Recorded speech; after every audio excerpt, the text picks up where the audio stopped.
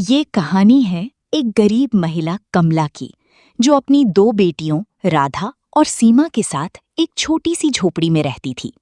कमला के पास थोड़ी सी जमीन थी, जिस पर वो मेहनत करके अपनी बेटियों का पालन पोषण करती थी।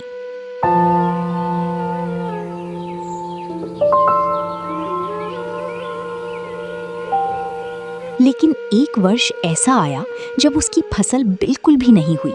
खेत सूखे रह गए और उसकी सारी मेहनत व्यर्थ हो गई। मेरी की हुई सारी मेहनत पर पानी फिर गया। अब मेरे पास एक खोटा सिक्का भी नहीं बचा। मैं अपनी बेटियों को क्या खिलाऊंगी? इन चिंताओं में घिरी कमला दिन प्रतिदिन बीमार रहने लगी और अंततः एक दिन वो अपनी दोनों बेटियों को अकेला छोड़कर इस दुनिया से चली गई। माँ, हमें छोड़कर मत जाओ, हम आपके बिना कैसे जिएंगी? माँ, हमें भी अपने साथ ले चलो। दोनों बहनें बहुत देर तक रोती रहीं। उनके पास अब कोई सहारा नहीं था।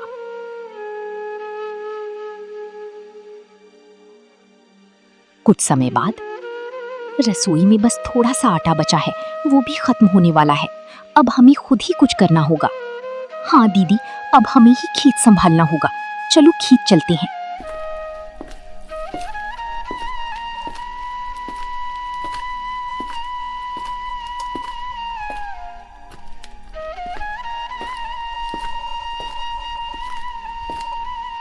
दोनों बहनें अपने खेत में पहुंची। वहां जामुन के कुछ पुराने पेड़ खड़े थे, जो बंजर जैसे दिखाई दे रही थी। दीदी, लगता है इस पेड़ पर जामुन नहीं उगेंगे। क्यों ना हम इसे जड़ से काट दें और यहाँ भिंडी और तोरई लगा दें? नहीं सीमा, देखो इस पेड़ में भी जीवन है। ये भी हमारी तरह सांस लेता है। हमें कोई अधिकार नहीं है कि हम इसकी जिंदगी छीन लें, चाहे ये फल दे या ना दे। राधा की बात सुनकर सीमा भी सहमत हो गई। दोनों बहनों ने मिलकर उस जामुन के पेड़ की देखभाल शुरू कर दी। वे रोज उसे पानी देती, उसके आसपास की सफाई करती। दिन बीतते गए। एक दिन अचानक दरवाजे पर जोर जोर से आवाज आती है। अरे ओ कमला की बेटियों, कहाँ हो तुम? बाहर तो आओ। जी काका, कहिए। जल्दी से अपना सामान बांधो और ये घर खाली कर दो। लेकिन काका, आप हमें हमारे घर से क्यों निकाल रहे हैं? क्योंकि तुम्हारी माँ ने मुझसे कर्जा लिया था और अब ये घर मेरा है। ये सुनकर दोनों बहनें डर गईं और रोते हुए महेश सेठ के आगे गिड़गिड़ाने लगीं। ऐसा मत कीजिए काका, हमसे हमारा घर मत छीनिए। हमें थोड़ा समय दे दीजिए, हम आपका एक एक पैसा चुका देंगे। ठीक है, लेकिन अगर कुछ दिनों में पैसे नहीं मिले तो मैं तुम्हें घसीट कर बाहर निकाल दूंगा। ये कहकर वो वहां से चला गया। दीदी, हमारे पास तो खाने के भी पैसे नहीं है। हम कर्ज कैसे चुकाएंगे? मुझे भी नहीं पता, लेकिन हार नहीं मानेंगी। चलो खेत चलते हैं। दोनों बहनें फिर से अपने खेत में गईं। तभी उनकी नजर जामुन के पेड़ पर पड़ी। दीदी देखो, हमारे जामुन के पेड़ पर फल आ गए। अरे वाह, हमारी मेहनत रंग लाई। दीदी, ये जामुन कितने सुंदर और रसीले लग रहे हैं। क्या मैं एक तोड़ लूं? हाँ सीमा, तुम खा सकती हो। जैसे ही सीमा एक जामुन तोड़ती है, उसी जगह पर तुरंत दूसरा जामुन उगाता है। दीदी, ये क्या हुआ? यहाँ फिर से जामुन आ गया। ये तो सच में अजीब है। तुम इसे खाकर देखो। जैसे ही सीमा जामुन खाती है, उसके अंदर से कुछ चमकता हुआ निकलता है। दीदी, ये देखो, ये तो सोने के बीज हैं। सच में, ये तो सोना है। ये कैसा चमत्कार है? तभी अचानक जामुन के पेड़ पर आँख, नाक और मुंह प्रकट हो जाते हैं। मैं तुम दोनों बहनों से बहुत प्रसन्न हूँ। तुमने बिना किसी स्वार्थ के मेरी देखभाल की। तुम बोल सकते हो? हाँ, क्योंकि मैं एक जादुई जामुन का पेड़ हूँ और मैं तुम्हारी हर बात सुनता रहा हूँ। जादुई जामुन के पेड़ की बातें सुनकर दोनों बहनें आश्चर्य और खुशी से भर उठीं। उनके जीवन में जैसे एक नई उम्मीद जाग गई थी। अगर हम ये जामुन बेचेंगे तो लोगों को सोने के बीजों का पता चल जाएगा ना दीदी? हाँ, यही तो मैं सोच रही हूँ। चिंता मत करो, जो जामुन तुम बाजार में बेचोगी उनमें सोने के बीज नहीं होंगे। सोने के बीज केवल उन जामुनों में होंगे जिन्हें तुम अपने लिए तोड़ोगी। सच में, तब तो हमारी सारी परेशानियां दूर हो जाएंगी। दोनों बहनों ने पेड़ का धन्यवाद किया और ढेर सारे जामुन तोड़कर बाजार जाने की तैयारी की।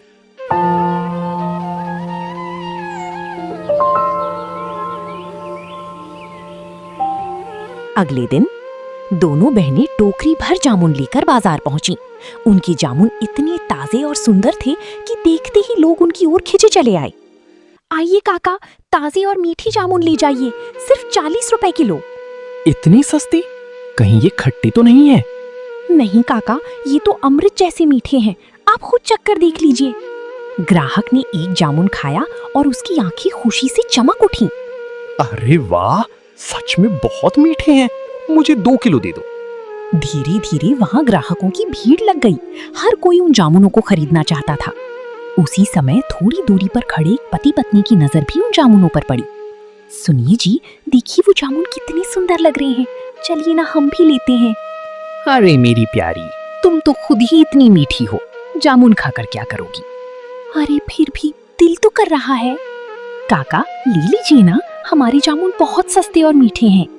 ठीक है, 1 किलो दे दो। इस तरह दोनों बहनों ने उस दिन बहुत अच्छा मुनाफा कमाया। धीरे धीरे ये उनका रोज का काम बन गया। वे रोज जामुन तोड़कर बाजार में बेचती और अच्छा पैसा कमाने लगी। कुछ ही समय में उनकी गरीबी पूरी तरह खत्म हो गई।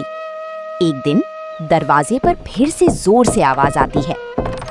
अरे ओ राधा और सीमा, बाहर आओ। जी काका, कहिए। लाओ मेरे पैसे, आज आखिरी दिन है। राधा मुस्कुराते हुए अंदर गई और एक थैली लेकर बाहर आई। ये लीजिए काका, आपके पूरे पैसे। अब कृपया हमारे घर कभी मत आइए। महेश सेठ पैसे लेकर वहां से जाने का नाटक करता है, लेकिन उसके मन में शक पैदा हो जाता है। इन अनाथ लड़कियों के पास इतने पैसे कहां से आ गए? जरूर कोई राज है। वो चुपके से घर के पीछे छिप जाता है। थोड़ी देर बाद दोनों बहनें जामुन के पेड़ के पास जाती हैं। हे जादुई पेड़, हम तुमसे मिलने आए हैं। आओ बेटियों, तुम्हारा स्वागत है। आज तुम्हारी वजह से हमने सारा कर्ज चुका दिया, अब कोई हमारा घर नहीं छीन सकता। तो इस खुशी में मीठा हो जाए। इतना कहते ही पेड़ ढेर सारी जामुन बरसाने लगता है। दूर खड़ा महेश सेठ ये सब देख रहा होता है और उसकी आंखें लालच से चमक उठती हैं। अच्छा, तो ये राज है। तभी अचानक जादुई पेड़ अपनी शक्ति से महेश सेठ को अपनी ओर खींच लेता है। अरे छोड़ो मुझे, छोड़ो। तूने इन मासूम बहनों को सताया, अब तुझे सजा मिलेगी। मुझे छोड़ दो, वरना मैं तुम्हें काट दूंगा। इन बहनों को कमजोर समझने की गलती मत करना। पेड़ उसे अपनी टहनियों से बांधकर अच्छा सबक सिखाता है। मुझे माफ कर दो, मैं अब कभी किसी को परेशान नहीं करूंगा। पेड़ उसे छोड़ देता है। महेश सेठ डर के मारे वहां से भाग जाता है। दीदी देखो वो कैसे भागा। हाँ, अब वो कभी हमें परेशान नहीं करेगा। दोनों बहनें खुशी खुशी अपनी जिंदगी जीने लगीं। समय बीता और कहानी एक नए मोड़ पर पहुंचती है।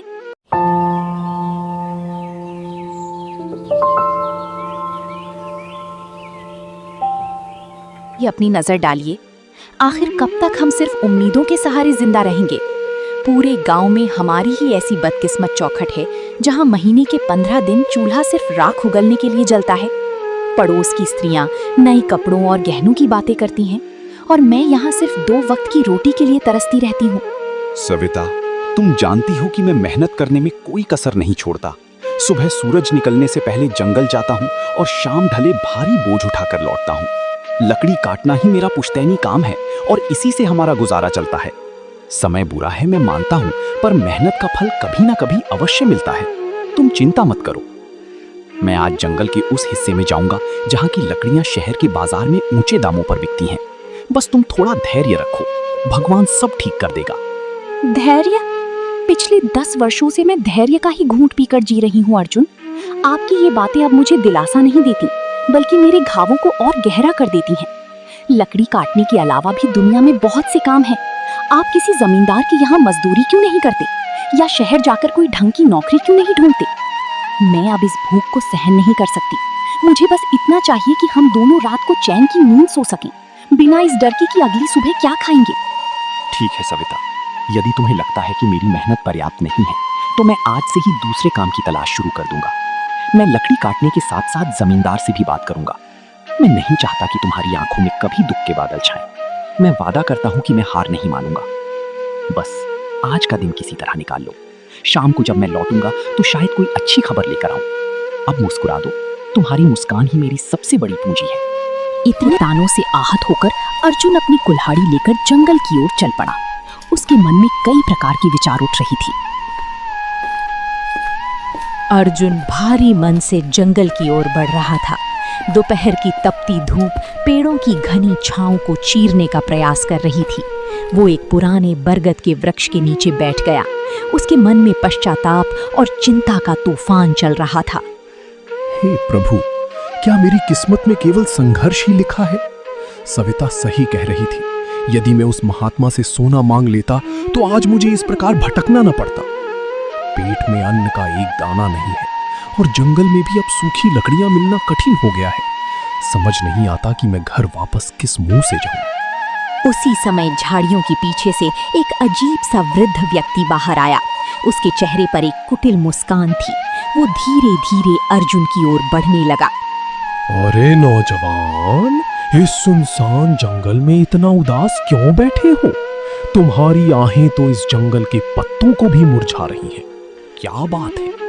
क्या तुम्हारी पत्नी ने तुम्हें घर से निकाल दिया है या फिर ये गरीबी तुम्हारा पीछा नहीं छोड़ रही? आप कौन हैं और आपको कैसे पता कि मैं किस परेशानी में हूं? आपकी बातें और आपका स्वर मुझे सामान्य नहीं लग रहा। और ये आपके पैर, ये किसी मनुष्य के नहीं लगते। कहीं आप कोई मायावी राक्षस तो नहीं जिसकी कहानियां मैंने सुनी है? तुम तो बड़े चतुर निकले। हाँ, तुमने सही पहचाना। मैं एक मायावी राक्षस हूं। परंतु घबराओ मत, मैं तुम्हें हानि पहुंचानी नहीं बल्कि तुम्हारी गरीबी दूर करने आया हूं। देखो, मेरे पास सोने की मोहरों से भरी 3 थैलियां हैं।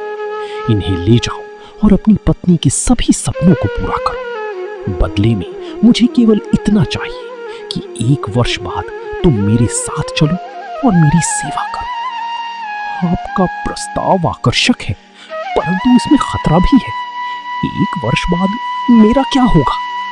1 वर्ष तक राजाओं जैसी जिंदगी जियो। उसके बाद की चिंता क्यों करते हो? ऐसा अवसर बार बार नहीं मिलता। अर्जुन के मन में लालच और भय का संघर्ष चल रहा था। अंततः उसने सोचा कि वो बाद में अपने वरदानों का उपयोग करके इस राक्षस से बच सकता है। ठीक है, मैं आपका प्रस्ताव स्वीकार करता हूँ। मुझे वे 3 थैलियां दे दीजिए। बहुत अच्छा, ये लो तुम्हारी दौलत। 1 वर्ष बाद मैं तुम्हें लेने अवश्य आऊंगा। अर्जुन सोने की थैलियां लेकर घर लौट आया। उसने रास्ते से कई प्रकार के भोजन, वस्त्र और आवश्यक वस्तुएं खरीदी। सविता, देखो मैं तुम्हारे लिए क्या लाया हूँ। अब हमें कभी भूखा नहीं रहना पड़ेगा। ये सब कैसे संभव हुआ? सुबह तक हमारे पास कुछ भी नहीं था और अब इतना धन। मुझे सच बताइए अर्जुन, ये धन कहाँ से आया है? कहीं इसके पीछे कोई खतरा तो नहीं? चिंता मत करो, मुझे एक बड़ा काम मिला है और ये उसी की अग्रिम राशि है। अब हमारे अच्छे दिन शुरू हो चुके हैं। सविता खुश तो थी, पर उसके मन में एक अनजाना भय बैठ गया। समय धीरे धीरे बीतता गया और 1 वर्ष पूरा होने का समय आ गया। समय अपनी गति से बीतता गया। सुख सुविधाओं में डूबे हुए 1 वर्ष कब समाप्त हो गया, इसका आभास भी नहीं हुआ। अब वो दिन आ चुका था जिसका भय सविता के मन में लंबे समय से घर किए बैठा था। अर्जुन, आज आप सुबह से इतने बेचैन क्यों हैं? आप बार बार इस पुरानी कुल्हाड़ी को क्यों देख रहे हैं?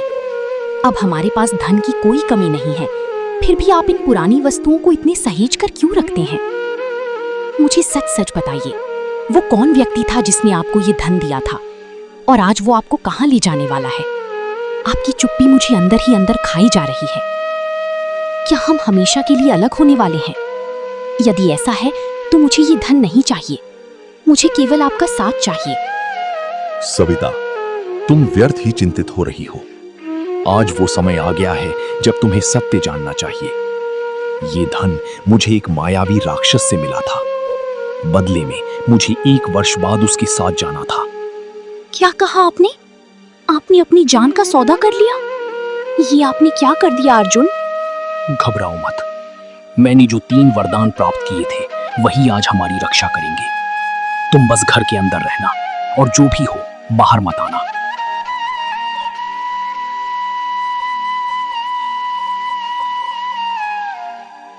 संध्या होते ही वातावरण अचानक भयावह हो गया। तेज हवा चलने लगी और आकाश में अंधकार छा गया। तभी वो राक्षस अपने असली रूप में प्रकट हुआ।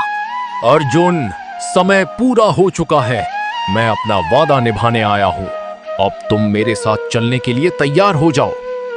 1 वर्ष तक तुमने मेरे धन का आनंद लिया, अब उसकी कीमत चुकाने का समय आ गया है। प्रणाम स्वामी, मैं आपके साथ चलने के लिए तैयार हूँ, लेकिन जाने से पहले मेरी एक छोटी सी विनती है। मैंने अपने परिवार के लिए कुछ लकड़ियां इकट्ठी की हैं, बस कुछ और लकड़ियां काटनी बाकी हैं। यदि आप कृपा करके इस कुल्हाड़ी से मेरी सहायता कर दें तो मैं निश्चिंत होकर आपके साथ चल सकूंगा। ये तो मेरे लिए अत्यंत सरल कार्य है। लाओ ये कुल्हाड़ी मुझे दो, मैं पल भर में सब लकड़ियां काट देता हूँ। जैसे ही राक्षस ने कुल्हाड़ी हाथ में ली, वो उसी क्षण जादू के प्रभाव में आ गया। ये क्या हो रहा है? ये कुल्हाड़ी मेरे हाथ से छूट क्यों नहीं रही? मैं इसे छोड़ना चाहता हूँ पर ये मुझे जकड़ती जा रही है। अर्जुन, मुझे रोक, मेरे हाथ अपने आप चल रहे हैं, मैं रुक नहीं पा रहा हूँ। स्वामी, आपने ही तो कहा था कि ये कार्य आपके लिए सरल है। अब कृपया इसे पूरा कीजिए। ये वही कुल्हाड़ी है जिसे मैंने वरदान में प्राप्त किया है। जो भी इसे पकड़ता है वो मेरी आज्ञा के बिना इसे छोड़ नहीं सकता, और जब तक मैं ना कहूं वो रुक भी नहीं सकता। राक्षस पूरी रात लकड़ियां काटता रहा। उसकी शक्ति धीरे धीरे समाप्त होने लगी और वो थक कर चूर हो गया। अर्जुन, मुझे क्षमा कर दो, मैं हार गया हूँ। कृपया मुझे इस जादू से मुक्त कर दो। मैं तुम्हें 1 और वर्ष की मोहलत दूंगा और साथ में 3 और सोने की थैलियां भी दूंगा। नहीं स्वामी, अब सौदा मेरे अनुसार होगा। यदि आप मुक्त होना चाहते हैं तो आपको मुझे 5 थैलियां देनी होंगी और 2 वर्ष तक इस गांव में वापस नहीं आना होगा। ठीक है, मुझे सब स्वीकार है, बस मुझे इस बंधन से मुक्त कर दो। अर्जुन ने कुल्हाड़ी को रुकने का आदेश दिया और राक्षस तुरंत वहां से भाग गया।